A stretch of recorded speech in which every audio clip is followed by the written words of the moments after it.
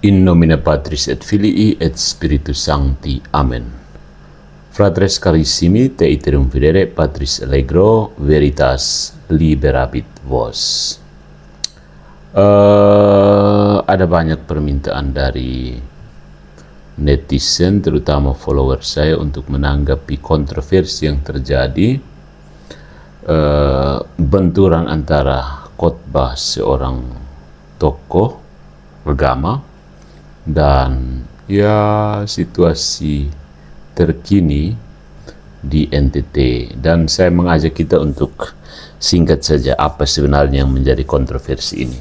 Menanggapi follower saya, hai Anda yang pernah bertanya kepada saya, mari kita bahas kontroversi khotbah seorang pendeta Mel Atok. Itu sebenarnya menarik ya. Bukan terutama karena dia berbicara tentang gempa, dosa, atau pertobatan. Semua itu tema tua dalam tradisi Kristen. Para nabi sudah membicarakannya jauh sebelum Facebook menemukan fitur share. Persoalan menjadi menarik ketika seorang pengkhotbah tidak lagi sekedar mengatakan bahwa Allah berdaulat atas sejarah, tetapi mulai terdengar seolah-olah sudah memperoleh notulen rapat ilahi. Gempa ini karena dosa itu, badai itu dibelokkan Tuhan karena alasan ini, wilayah ini perlu dimurnikan karena keadaan rohaninya demikian. Disitulah filsafat mulai mengangkat alis. Kenapa? Bukan karena filsafat itu anti Tuhan, justru karena filsafat mempunyai kebiasaan kurang menyenangkan. Dia bertanya, bagaimana Anda tahu, Pak Pendeta yang terhormat?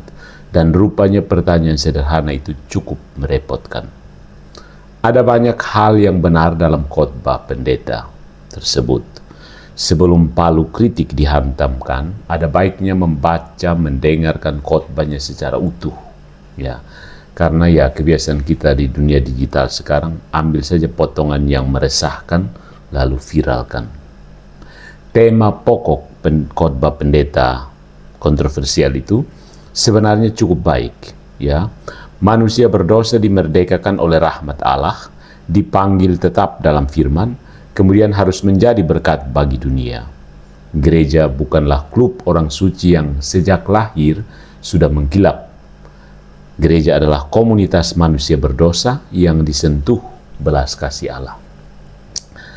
Beliau, Pak Pendeta ini, bahkan menegaskan bahwa orang yang sudah dimerdekakan harus melakukan kebaikan, menolong sesama, dan membawa kesejahteraan di tempat dia hidup. Bagus kan?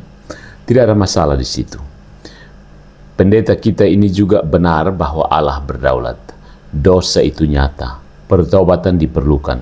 Tragedi dapat mengguncang manusia keluar dari rasa aman, rasa nyaman. Nyaman dan aman itu beda ya, beda. Masalahnya bukan di situ, saudara-saudari.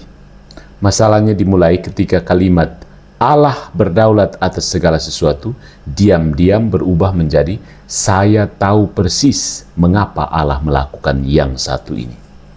Nah, itu bukan lagi sekedar teologi. Itu sudah seperti mendapat akses premium ke dashboard providensi ilahi. Dari Amos menuju Flores itu jembatannya di mana? Ya.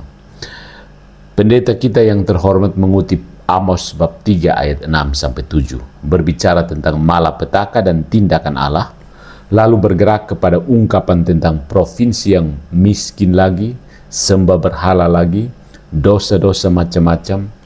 Sesudah itu Seroja ikut masuk dan kesimpulannya sangat-sangat percaya diri. Tuhan Yesus suruh belok. Kemudian muncul juga pertanyaan bahwa banyak gereja tidak murni dan perlu dimurnikan. Nah, di sini pertanyaannya sederhana. Siapa yang memberi informasi mengenai intensi spesifik Tuhan itu? Amos, sondeto. Amos berbicara kepada Israel dalam konteks historis dan perjanjian tertentu, dengan klaim kenabian tertentu. Alkitab tidak pernah menulis bahwa pada tahun 2026, gempa di Flores terjadi karena alasan X. BMKG jelas bukan. Jadi tinggal satu kemungkinan, interpretasi dari pengkhotbah sendiri.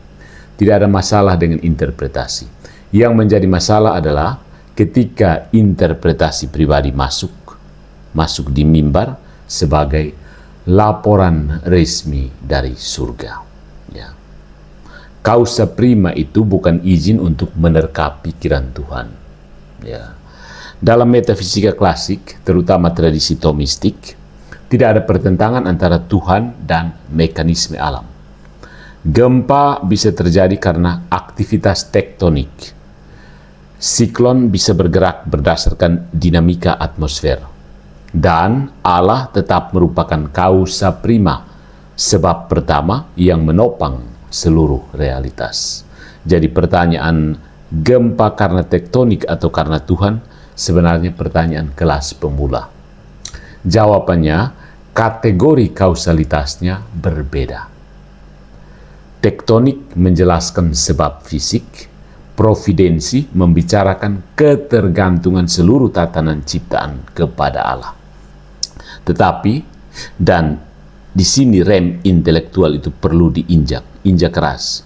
Dari Allah adalah sebab pertama, tidak mengikuti bahwa maka saya mengetahui alasan moral spesifik Allah membiarkan lempeng bumi bergerak hari Selasa pukul sekian di koordinat tertentu.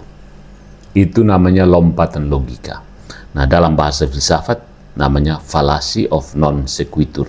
Kesimpulan tidak mengikuti premis. Dalam bahasa warung kopi, terlalu jauh om.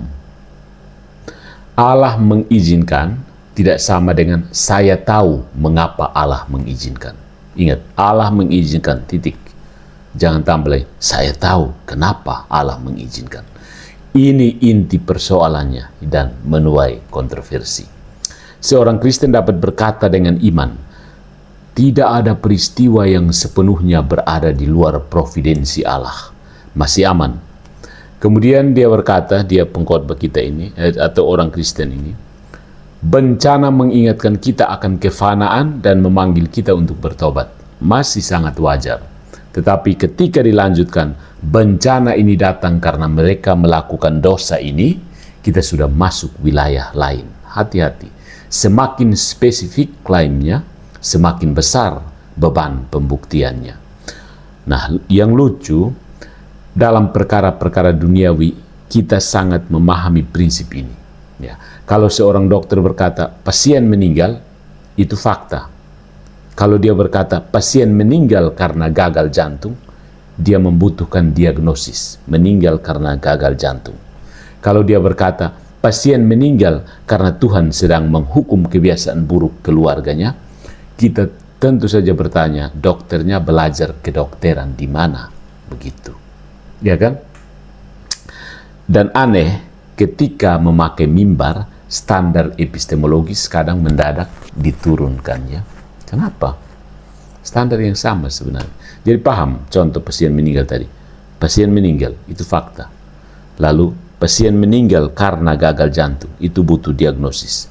Nah, kalau pasien meninggal karena Tuhan sedang menghukum kebiasaan buruk keluarganya, kita mulai curiga, ini dokter ini belajar di mana ini?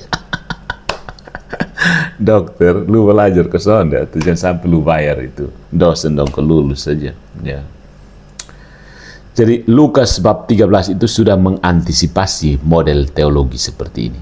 Yesus berbicara tentang orang-orang yang mati dalam tragedi dan tentang 18 orang yang tertimpa menara Siloam. Apakah mereka lebih berdosa? Jawaban Yesus, tidak. Tetapi Yesus juga berkata, kalian semua perlu bertobat. Dan disitulah keindahan dari teks Lukas bab 13. Yesus tidak membuang panggilan pertobatan. Dia membuang kesombongan interpretatif. Jadi ada perbedaan besar antara melihat tragedi ini, marilah kita bertobat. Itu berbeda dengan mereka mengalami tragedi karena dosa mereka. Dua hal yang berbeda. Kalimat pertama tadi membuat tragedi menjadi cermin untuk melihat beres-beres. Kalimat kedua tadi membuat tragedi menjadi teleskop untuk mengintip dosa tetangga. Nah, Romo Alphonse Kolo dalam tanggapannya tepat ketika menekankan perbedaan-perbedaan ini. Ya. Sahabat-sahabat Ayub juga ahli teologi ya. Masalahnya mereka terlalu yakin. Ya. Kitab Ayub bahkan lebih brutal terhadap teologi yang terlalu rapi. Sahabat Ayub itu bukan ateis. Mereka tidak menyangkal keadilan Tuhan. Sebaliknya, mereka begitu yakin memahami bagaimana keadilan Tuhan bekerja sehingga setiap penderitaan harus dimasukkan ke dalam rumus menderita sama dengan pasti ada dosa tertentu. Teologi mereka konsisten, sayangnya salah. Ini peringatan serius bagi para pengkhotbah. Kadang-kadang kesalahan teologis paling berbahaya bukan berkata terlalu sedikit tentang Tuhan, tetapi justru yang berbahaya itu berkata terlalu banyak tentang Tuhan. Ada bentuk kesombongan intelektual yang berpakaian religius. Manusia bukan hanya percaya kepada misteri providensi, tetapi merasa tahu jadwal kerja providensi. Ya, oke, itu ya. Tetapi para pengkritik pendeta kita ini juga jangan terlalu cepat mendapat sayap malaikat ya, yang membalas, yang mengomentari atau yang mengkritik khotbah 17 Agustus itu. Beberapa tanggapan terhadap pendeta kita yang terhormat ini juga perlu diberi rem, ya, punya koridornya. Mengatakan bahwa Allah yang penuh kasih tidak mungkin menghakimi melalui peristiwa sejarah juga terlalu gegabah.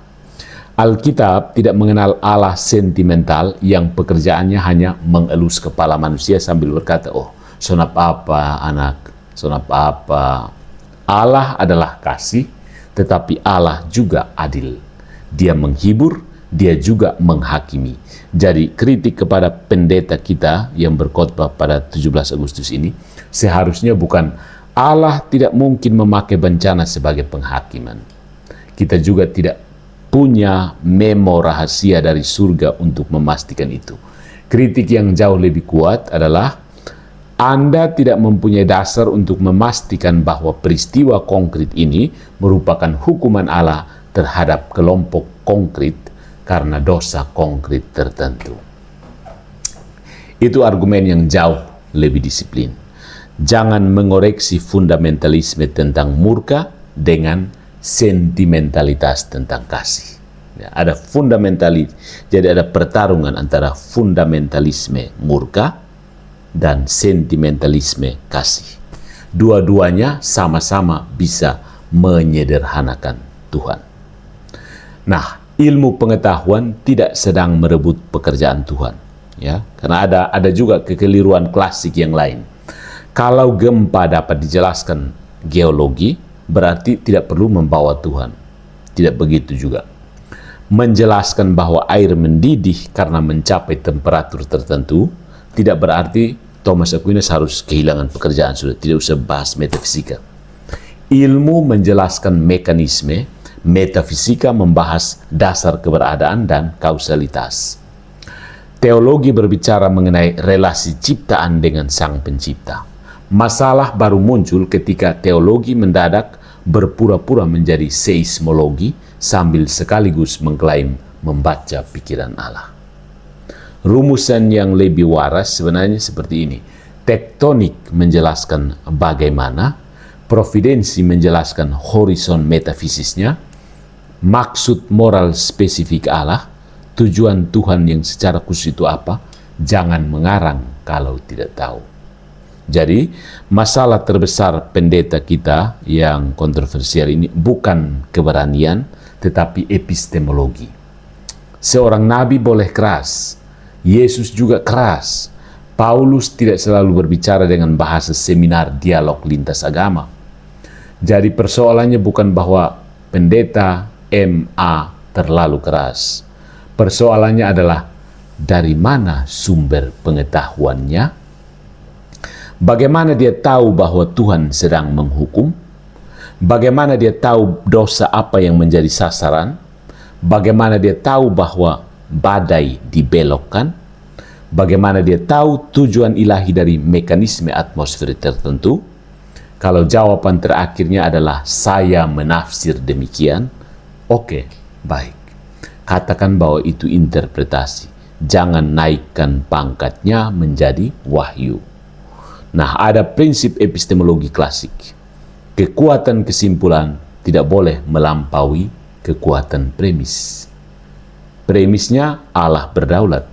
Kesimpulan sah adalah tidak ada peristiwa yang berada di luar providensinya.